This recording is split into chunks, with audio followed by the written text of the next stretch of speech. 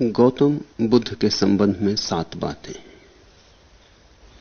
पहली, गौतम बुद्ध दार्शनिक नहीं, दृष्टा है।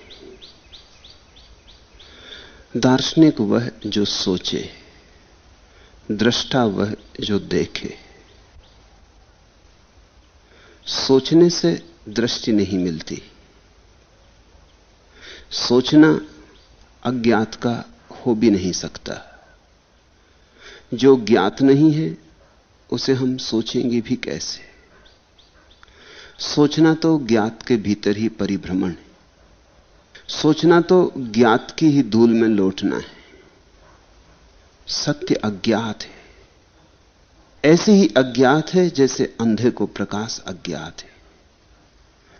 अंधा लाख सोचे, लाख सिर मारे, तो भी प्रकाश के संबंध में सोचकर क्या जान पाएगा? आंख की चिकित्सा होनी चाहिए, आंख खुलनी चाहिए। अंधा जब तक दृष्टा न बने तब तक सार हाथ नहीं लगेगा। तो पहली बात बुद्ध के संबंध में स्मरण रखना, उनका जोर दृष्टा बनने पर है। वे स्वयं दृष्टा हैं और वे नहीं चाहते कि लोग दर्शन के ऊहापोह में उलझें। दार्शनिक ऊहापोह के कारण ही करोड़ों लोग दृष्टि को उपलब्ध नहीं हो पाते। प्रकाश की मुफ्त धारणाएं मिल जाएं तो आंख का महंगा इलाज कौन करे? सस्ते में सिद्धांत मिल जाएं तो सत्य को कौन खोजे? मुफ्त, उधार सब उपलब्ध हो, आंख की चिकित्सा की पीड़ा से कौन गुजरे? और चिकित्सा कठिन है और चिकित्सा में पीड़ा भी है। बुद्ध ने बार बार कहा है कि मैं चिकित्सक हूं। उनके सूत्रों को समझने में इसे याद रखना। बुद्ध किसी सिद्धांत का प्रतिपादन नहीं कर रहे हैं, वे किसी दर्शन का सूत्रपात नहीं कर रहे हैं। वे केवल उन लोगों को बुला रहे हैं जो अंधे हैं और जिनके भीतर प्रकाश को देखने की प्यास है। और जब लोग बुद्ध के पास गए तो बुद्ध ने उन्हें कुछ शब्द नहीं पकड़ाए। बुद्ध ने उन्हें ध्यान की तरफ इंगित और इशारा किया, क्योंकि ध्यान से खुलती है आंख, ध्यान से खुलती है भीतर की आंख। विचारों को तो परत से परत तुम इकट्ठी कर लो, आंख खुली भी हो तो बंद हो जाएगी। विचारों के बोझ से आदमी की दृष्टि खो जाती। जितने विचार के पक्षपात गहन हो जाते हैं उतना ही देखना असंभव हो जाता है। फिर तुम वही देखने लगते हो जो तुम्हारी दृष्टि होती। फिर तुम वह नहीं देखते जो है। जो है उसे देखना हो तो सब दृष्टियों से मुक्त हो जाना जरूरी। इस विरोधाभास को ख्याल में लेना। दृष्टि पाने के लिए सब दृष्टियों से मुक्त हो जाना जरूरी है। जिसकी कोई भी दृष्टि नहीं, जिसका कोई दर्शन शास्त्र नहीं, वही सत्य को देखने में समर्थ हो पाता है। दूसरी बात, गौतम बुद्ध पारंपरिक नहीं, मौलिक है। गौतम बुद्ध किसी परंपरा, किसी लीक को नहीं पीटते हैं। वे ऐसा नहीं कहते हैं कि अतीत के ऋषियों ने ऐसा कहा था इसलिए मान लो। वे ऐसा नहीं कहते हैं कि वेद में ऐसा लिखा है इसलिए मान लो। वे ऐसा नहीं कहते हैं कि मैं कहता हूं इसलिए मान लो। वे कहते हैं जब तक तुम न जान लो मानना मत। उदास श्रद्धा 2 कौड़ी की है। विश्वास मत करना, खोजना। अपने जीवन को खोज में लगाना। मानने में जरा भी शक्ति व्यय मत करना, अन्यथा मानने में ही फांसी लग जाएगी। मान मानकर ही लोग भटक गए। तो बुद्ध ना तो परंपरा की दुहाई देते, न वेद की। न वे कहते हैं कि हम जो कहते हैं वो ठीक होना ही चाहिए। वे इतना ही कहते हैं ऐसा मैंने देखा। इसे मानने की जरूरत नहीं है। इसको अगर परिकल्पना की तरह ही स्वीकार कर लो तो काफी। परिकल्पना का अर्थ होता है हाइपोथेसिस। जैसे कि मैंने तुमसे कहा कि भीतर आओ, भवन में दिया जल रहा है, तो मैं तुमसे कहता हूं कि मानने की जरूरत नहीं कि भवन में दिया जल रहा है, इसको विश्वास करने की जरूरत नहीं, इस पर किसी तरह की श्रद्धा लाने की जरूरत नहीं। तुम मेरे साथ आओ और दिए को जलता देख लो। दिया जल रहा है तो तुम मानो या न मानो, दिया जल रहा है, और दिया जल रहा है तो तुम मानते हुए आओ कि न मानते हुए आओ, दिया जलता ही रहेगा। तुम्हारे न मानने से दिया बुझेगा नहीं, तुम्हारे मानने से जलेगा नहीं। इसलिए बुद्ध कहते हैं तुम सिर्फ मेरा निमंत्रण स्वीकार करो। इस भवन में दिया जला है, तुम भीतर आओ, और यह भवन तुम्हारा ही है, ये तुम्हारी ही अंतरात्मा का भवन। तुम भीतर आओ और दिए को जलता देख लो। देख लो फिर मानना, और ख्याल रहे जब देख ही लिया तो मानने की कोई जरूरत नहीं रह जाती। हम जो देख लेते हैं उसे थोड़ी मानते, हम तो जो नहीं देखते उसी को मानते। तुम पत्थर पहाड़ को तो नहीं मानते, परमात्मा को मानते हो। तुम सूरज चांद तारों को तो नहीं मानते, वे तो हैं। तुम स्वर्ग लोक मोक्ष नरक को मानते हो। जो नहीं दिखाई पड़ता उसको हम मानते हैं, जो दिखाई पड़ता उसको तो मानने की जरूरत ही नहीं रह जाती, उसका यथार्थ तो प्रकट है। तो बुद्ध कहते हैं मेरी बात पर भरोसा लाने की जरूरत नहीं, इतना ही काफी है कि तुम मेरा निमंत्रण स्वीकार कर लो, इतना पर्याप्त है। इसको वैज्ञानिक कहते हैं हाइपोथेसिस, परिकल्पना। एक वैज्ञानिक कहता है 100 डिग्री तक पानी गर्म करने से पानी भाप बन जाता है, मानने की कोई जरूरत नहीं।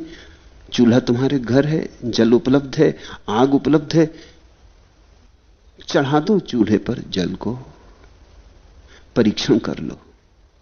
परीक्षण करने के लिए जो बात मानी गई है वो परिकल्पना, अभी स्वीकार नहीं कर ली है कि यह सत्य है। लेकिन एक आदमी कहता है शायद सत्य हो, शायद असत्य हो, प्रयोग करके देख लें, प्रयोग ही सिद्ध करेगा सत्य है या नहीं। तो बुद्ध पारंपरिक नहीं, मौलिक है। विचार की परंपरा होती है, दृष्टि की मौलिकता होती। विचार अतीत के होते हैं, दृष्टि वर्तमान में होती। विचार दूसरों के होते हैं, दृष्टि अपनी होती। तीसरी बात, गौतम बुद्ध शास्त्री नहीं है, पंडित नहीं है, वैज्ञानिक है। बुद्ध ने धर्म को पहली दफे वैज्ञानिक प्रतिष्ठा दी। बुद्ध ने पहली दफे धर्म को विज्ञान के सिंहासन पर विराजमान किया। इसके पहले तक धर्म अंधविश्वास था, बुद्ध ने उसे बड़ी गरिमा दी। बुद्ध ने कहा अंधविश्वास की जरूरत ही नहीं, धर्म तो जीवन का परम सत्य है।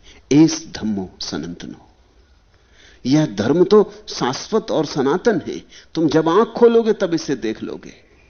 इसलिए बुद्ध ने यह नहीं कहा कि नरक के भय के कारण मानो, और यह भी नहीं कहा कि स्वर्ग के लोभ के कारण मानो, और इसलिए भी नहीं कहा कि परमात्मा सताएगा अगर न माना और परमात्मा पुरस्कार देगा अगर माना। नहीं, ये सब व्यर्थ की बातें बुद्ध ने नहीं कही। बुद्ध ने तो सार सूत्र कहा। बुद्ध ने तो कहा यह धर्म तुम्हारा स्वभाव है, यह तुम्हारे भीतर बह रहा है, अहिर्निश बह रहा है। इसे खोजने के लिए आकाश में आंखें उठाने की जरूरत नहीं है, इसे खोजने के लिए भीतर जरा सी तलाश करने की जरूरत है। ये तुम हो, ये तुम्हारी नियति है, ये तुम्हारा स्वभाव है। एक क्षण को भी तुमने इसे खोया नहीं, सिर्फ विस्मरण हुआ है। तो बुद्ध ने चैतन्य की सीढ़ियां कैसे पार की जाएं, मूर्छा से कैसे आदमी अमूर्छा में जाए, बेहोशी कैसे टूटे और होश कैसे जगे, इसका विज्ञान थिर किया। और जो उनके साथ भीतर गए उन्हें निरपवाद रूप से मान लेना पड़ा कि बुद्ध जो कहते हैं ठीक कहते हैं। यह अपूर्व क्रांति थी, ऐसा पहले कभी नहीं हुआ था। बुद्ध मील के पत्थर हैं मनुष्य जाति के इतिहास में। संत तो बहुत हुए, मील के पत्थर बहुत थोड़े लोग होते। महावीर भी मील के पत्थर नहीं, क्योंकि महावीर ने जो कहा वो 23 तीर्थंकर पहले कह चुके थे। कृष्ण भी मील के पत्थर नहीं है, क्योंकि कृष्ण ने जो कहा वो उपनिषद और वेद सदा से कहते रहे थे। बुद्ध मील के पत्थर है, जैसे लाओत्सु मील का पत्थर है। कभी कभार करोड़ों लोगों में एक आध संत होता है, करोड़ों संतों में एक आध मील का पत्थर होता है। मील के पत्थर का अर्थ होता है उसके बाद फिर मनुष्य जाति वही नहीं रह जाती, सब बदल जाता है, सब रूपांतरित हो जाता है। एक नई दृष्टि और एक नया आयाम और एक नया आकाश बुद्ध ने खोल दिया। बुद्ध के साथ धर्म अंधविश्वास ना रहा, अंतर खोज बना। बुद्ध के साथ धर्म ने बड़ी छलांग ली। आस्तिक को ही धर्म में जाने की सुविधा न रही, नास्तिक को भी सुविधा हो गई। ईश्वर को नहीं मानते, कोई हर्ज नहीं, बुद्ध कहते नहीं कि मानना जरूरी है। कुछ भी नहीं मानते, बुद्ध कहते हैं तो भी कोई चिंता की बात नहीं, कुछ मानने की जरूरत ही नहीं। बिना कुछ माने अपने भीतर तो जा सकते हो। भीतर जाने के लिए मानने की आवश्यकता क्या है? ना तो ईश्वर को मानना है, ना आत्मा को मानना है, ना स्वर्ग नरक को मानना है। इसे तो नास्तिक भी इंकार ना कर सकेगा कि मेरा भीतर है। इसे तो नास्तिकों ने भी नहीं कहा है कि भीतर नहीं है, भीतर तो है ही। नास्तिक कहते हैं ये भीतर शाश्वत नहीं है, बुद्ध कहते हैं फिक्र छोड़ो, पहले ये जितना है उसे जान लो। उसी जानने से अगर शाश्वत का दर्शन हो जाए तो फिर मानने की जरूरत ना होगी, तुम मान ही लोगे। बुद्ध ने नास्तिकों को धार्मिक बनाने का महत् कार्य पूरा किया। इसलिए बुद्ध के पास जो लोग आकर्षित हुए बड़े बुद्धिमान लोग थे। आमतौर से धार्मिक साधु संतों के पास बुद्धिहीन लोग इकट्ठे होते, जड़, मूर्छित, मुर्दा। बुद्ध ने मनुष्य जाति की जो श्रेष्ठतम संभावनाएं हैं उनको आकर्षित किया। बुद्ध के पास नवनीत इकट्ठा हुआ चैतन्य का। ऐसे लोग इकट्ठे हुए जो और किसी तरह तो धर्म को मान ही नहीं सकते थे। उनके पास प्रज्वलित तर्क था। इसलिए बुद्ध दार्शनिक नहीं है, लेकिन बुद्ध के पास इस देश के सबसे बड़े से बड़े दार्शनिक इकट्ठे हो गए। बुद्ध अकेले एक व्यक्ति के पीछे इतना दर्शन शास्त्र पैदा हुआ जितना मनुष्य जाति के इतिहास में किसी दूसरे व्यक्ति के पीछे नहीं हुआ। और बुद्ध के पीछे इतने महत्वपूर्ण विचारक हुए कि जिनकी तुलना सारी पृथ्वी पर कहीं भी खोजनी मुश्किल है। कैसे यह घटित हुआ? बुद्ध ने महान नास्तिकों को आकर्षित किया।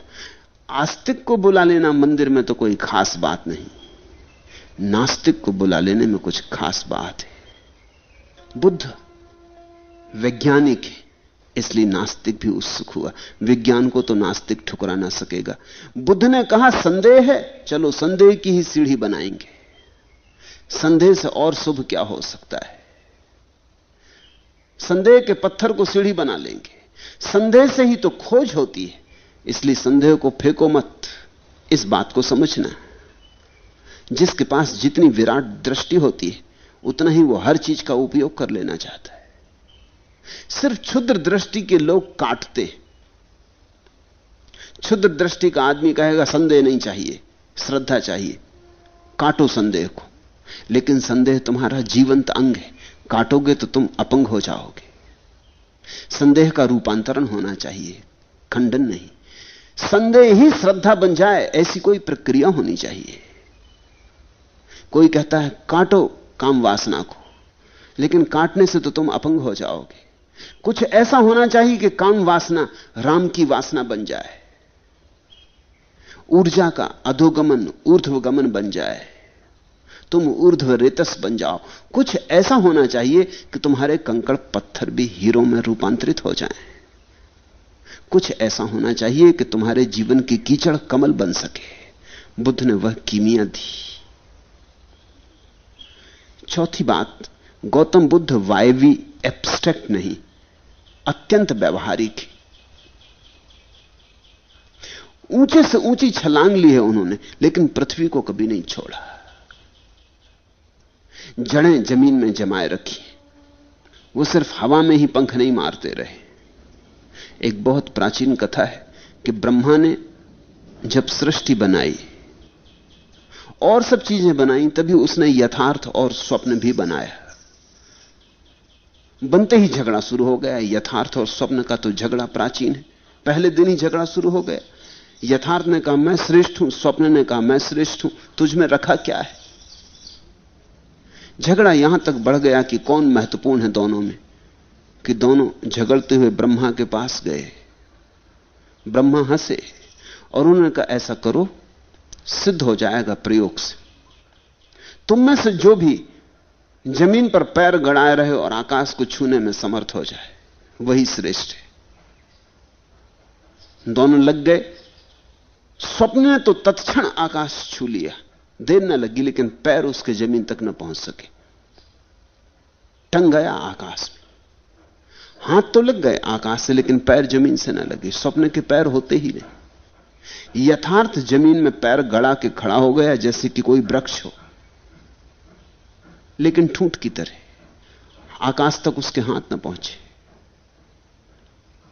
ब्रह्मा ने कहा समझे कुछ? स्वप्न अकेला आकाश में अटक जाता है, यथार्थ अकेला जमीन पर भटक जाता है। कुछ ऐसा चाहिए कि स्वप्न और यथार्थ का मेल हो जाए। तो बुद्ध वायवी नहीं, लेकिन इसका यह अर्थ नहीं कि उन्होंने आकाश नहीं छुआ। उन्होंने आकाश छुआ, लेकिन यथार्थ के आधार पर छुआ। इस फर्क को समझना। बुद्ध ने अपने पैर तो जमीन पर रोके, बुद्ध ने यथार्थ को तो जरा भी नहीं भुलाया। यथार्थ में बुनियाद रखी, भवन उठा, मंदिर ऊंचा उठा, मंदिर पर स्वर्ण कलश चढ़े, लेकिन मंदिर के स्वर्ण कलश टिकते तो जमीन में छिपे हुए पत्थरों पर, भूमि के भीतर छिपे हुए बुनियाद के पत्थरों पर टिकते। बुद्ध ने एक मंदिर बनाया जिसमें बुनियाद भी है और शिखर भी। बहुत लोग हैं जिनको हम नास्तिक कहते, वो जमीन पर अटके रह जाते, वो ठूंठ की तरह हैं, यथार्थ का ठूंठ। मार्क्सवादी हैं या चारवाकवादी हैं, वो यथार्थ का ठूंठ। वो जमीन में तो पैर गड़ा लेते, लेकिन उनके भीतर आकाश तक उठने की कोई अभीप्सा नहीं है, आकाश तक उठने की कोई क्षमता नहीं। और चूंकि वो सपने को काट डालते हैं बिल्कुल, और कह देते हैं आदर्श है ही नहीं जगत में, बस यही सब कुछ है, मिट्टी ही सब कुछ है, उनके जीवन में कमल नहीं उठता, कमल का उपाय ही नहीं रह जाता। जिसको इंकार कर दिया आग्रहपूर्वक, उसका जन्म नहीं होता। और फिर दूसरी तरफ सिद्धांतवादी हैं, एब्स्ट्रैक्ट वायवी विचारक हैं, वो आकाश में ही पर मारते रहते हैं, वो कभी जमीन पर पैर नहीं रोकते, वो आदर्श में जीते हैं, यथार्थ से उनका कभी कोई मिलन ही नहीं होता। उनकी आंखों में आकाश कुसुम खिलते हैं, असली कुसुम नहीं। बुद्ध स्वप्नवादी नहीं, परम व्यवहारिक है, लेकिन चारवाक जैसे व्यवहारवादी भी नहीं। उनका व्यवहारवाद अपने भीतर परम आदर्श की संभावना छिपाए हुए, लेकिन वे कहते हैं शुरू तो करना होगा जमीन पर पैर टेकने से। जिसके पैर जमीन में जितनी मजबूती से टिके, वो उतनी ही आसानी से आकाश को छूने में समर्थ हो पाएगा। मगर यात्रा तो शुरू करनी पड़ेगी जमीन में पैर टेकने से। इसलिए जब कोई बुद्ध के पास आता है और ईश्वर की बात पूछता है, वो कहते हैं व्यर्थ की बातें मत पूछो। अनेकों को तो लगा कि बुद्ध अनीश्वरवादी हैं, इसलिए ईश्वर के बाबत जवाब नहीं देते। ये बात सच नहीं। बुद्ध कहते हैं पहले जमीन तो गड़ा लो, पहले जमीन में तो पैर गड़ा लो, पहले ध्यान में तो उतरो, पहले अंतस चेतना में तो जड़ें फैला लो, पहले तुम जो हो उसको तो पहचान लो, फिर ये पीछे हो लेगा, ये अपने से हो लेगा। ये एक दिन अचानक हो जाता है। जब जमीन में वृक्ष की जड़ें खूब मजबूती से रुक जाती हैं, तो वृक्ष अपने आप आकाश की तरफ उठने लगता है। एक दिन आकाश में उठे वृक्ष में फूल भी खिलते हैं, वसंत भी आता है, मगर वो अपने से होता है। असली बात जड़ की है। तो बुद्ध बहुत गहरे में यथार्थवादी हैं, लेकिन उनका यथार्थ आदर्श को समाहित किए हुए, वो आदर्श समन्वित है यथार्थ में। पांचवी बात, गौतम बुद्ध विधिवादी नहीं, मानवीय। एक तो विधिवादी होता जैसे मनु, सिद्धांत महत्वपूर्ण है, मनुष्य महत्वपूर्ण नहीं है। ऐसा लगता है जैसे मनुष्य सिद्धांत के लिए बना है।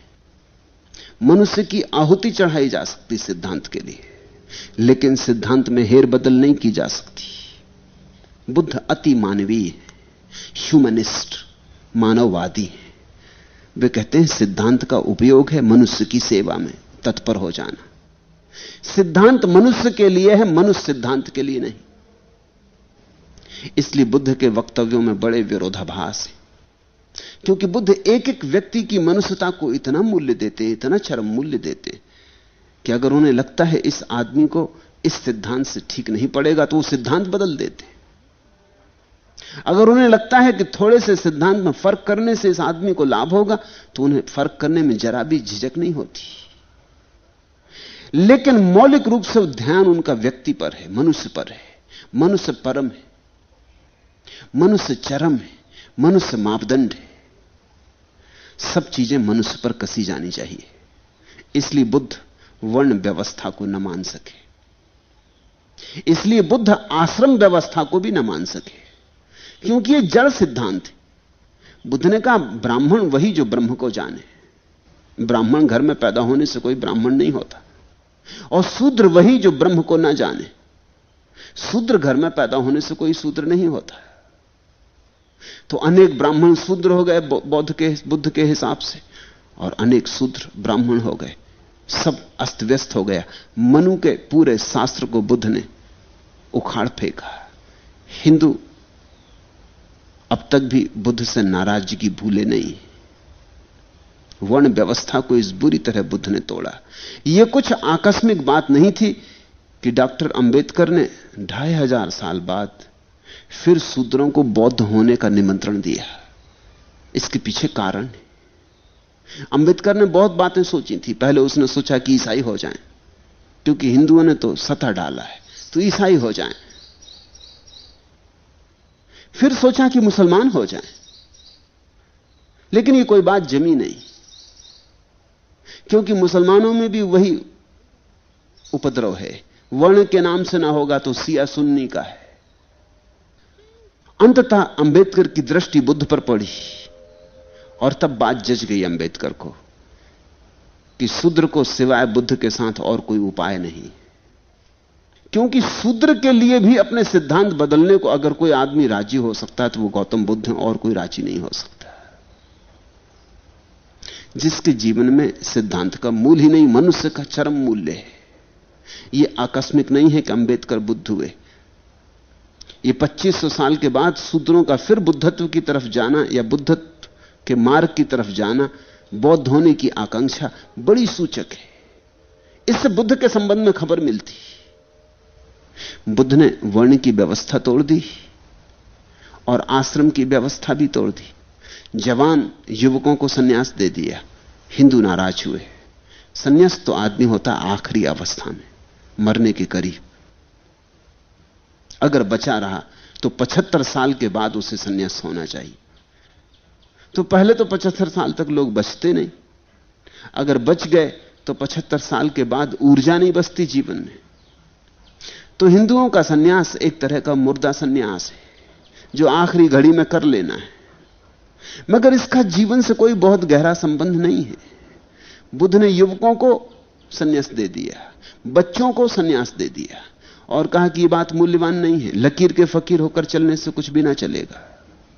अगर किसी व्यक्ति को युवावस्था में भी परमात्मा को खोजने की, सत्य को खोजने की, जीवन की यथार्थ को खोजने की प्रबल आकांक्षा जगी है, तो मनु महाराज का नियम मान के रुकने की कोई जरूरत नहीं। वो अपनी आकांक्षा को सुने, वो अपनी आकांक्षा से जाए। प्रत्येक व्यक्ति अपनी आकांक्षा को सुने, प्रत्येक व्यक्ति अपनी आकांक्षा से जिए। उन्होंने सब सिद्धांत एक अर्थ में गौण कर दिए। मनुष्य प्रमुख हो गया। तो वे सैद्धांतिक नहीं हैं, विधिवादी नहीं है, लीगल नहीं है उनकी पकड़। उनकी पकड़ मानवीय है। कानून इतना मूल्यवान नहीं है जितना मनुष्य मूल्यवान है। और हम कानून बनाते इसीलिए हैं कि मनुष्य के काम आए। मनुष्य कानून के काम आने के लिए नहीं। इसलिए जब जरूरत हो कानून बदला जा सकता है। जब मनुष्य के हित में हो ठीक है, जब अहित में हो जाए तो तोड़ा जा सकता है। जो जो मनुष्य के अहित में हो जाए तोड़ देना है। कोई कानून शाश्वत नहीं है, सब कानून उपयोग के लिए। और छठवीं बात, गौतम बुद्ध नियमवादी नहीं है, बोधवादी है। अगर बुद्ध से पूछो क्या अच्छा है क्या बुरा है, तो बुद्ध उत्तर नहीं देते। बुद्ध ये नहीं कहते कि ये काम बुरा है और ये काम अच्छा है। बुद्ध कहते हैं जो बोधपूर्वक किया जाए वो अच्छा, जो बोधहीनता से किया जाए बुरा। इस फर्क को ख्याल में लेना। बुद्ध ये नहीं कहते कि हर काम हर स्थिति में भला हो सकता है या कोई काम हर स्थिति में बुरा हो सकता है। कभी कोई बात पुण्य हो सकती है और कभी कोई बात पाप हो सकती है। वही बात पाप हो सकती है, भिन्न परिस्थिति में वही बात पाप हो सकती है। इसलिए पाप और पुण्य कर्मों के ऊपर लगे हुए लेबल नहीं है। अभी जो तुमने किया पुण्य है और सांझ को दोहराओ तो शायद पाप हो जाए, भिन्न परिस्थिति। तो फिर हमारे पास शाश्वत आधार क्या होगा निर्णय का? बुद्ध ने एक नया आधार दिया। बुद्ध ने आधार दिया बोध, जागरूकता। इसे ख्याल में लेना। जो मनुष्य जागरूकता पूर्वक कर पाए, जो भी जागरूकता में ही किया जा सके वही पुण्य है, और जो बात केवल मूर्छा में ही की जा सके वही पाप है। जैसे तुम पूछो क्रोध पाप है या पुण्य, तो बुद्ध कहते हैं अगर तुम क्रोध जागरूकता पूर्वक कर सको तो पुण्य है, अगर क्रोध तुम मूर्छित होकर ही कर सको तो पाप है। अब फर्क समझना। इसका मतलब यह हुआ कि हर क्रोध पाप नहीं होता और हर क्रोध पुण्य नहीं होता।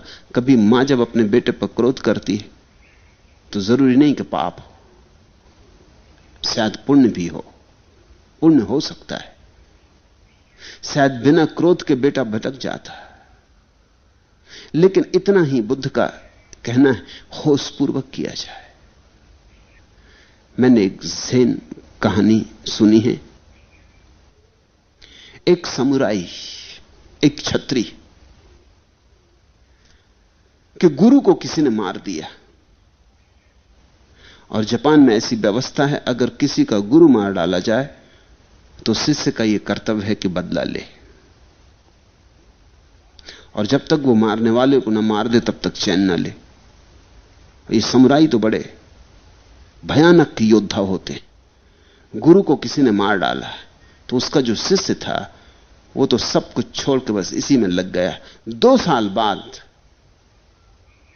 उसका पीछा करते करते एक जंगल में, एक गुफा में उसको पकड़ लिया। बस उसकी छाती में छुरा भोंकने को था ही कि उस आदमी ने इस समुराई के ऊपर थूक दिया। जैसे उसने थूका, उसने छुरा वापस रख लिया अपनी म्यान में और वापस गुफा के बाहर निकल आया।